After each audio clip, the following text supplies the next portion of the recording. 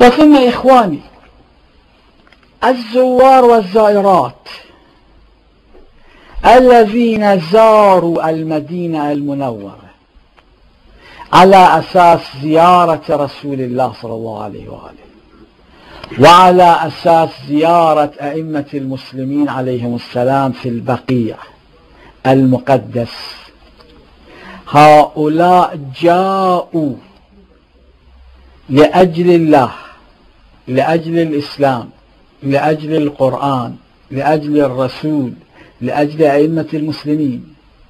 من تعرض لهم فلا شك أنه زنديق، ولا شك أنه ناصبي، ولا شك بالتبع حسب النصوص الدينية الشريفة أنه ابن القحبة.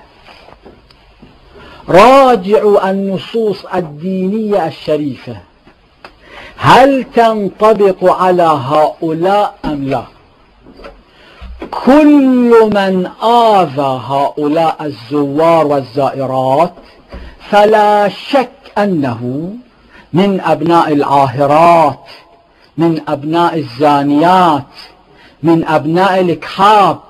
وإلا الأحاديث الشريفة في النواصب تكون كاذبة، وحاشا المعصوم أن يقول حديثا كاذبا.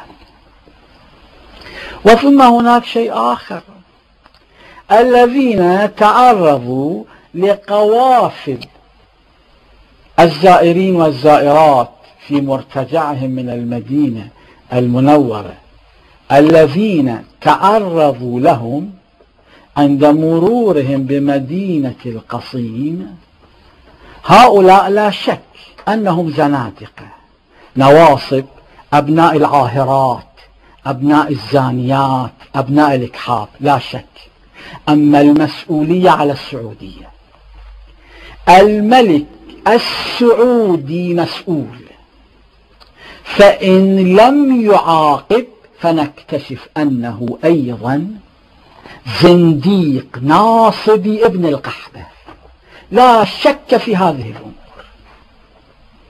من رضي بفعل قوم فهو منهم، إذا عاقب فهناك بحث أن الملك السعودي زنديق ناصبي ابن القحبة أم لا. أما إذا لم يعاقب فبالقطع واليقين والجزم أنه يكون زنديقا ناصبيا ابن القحبة.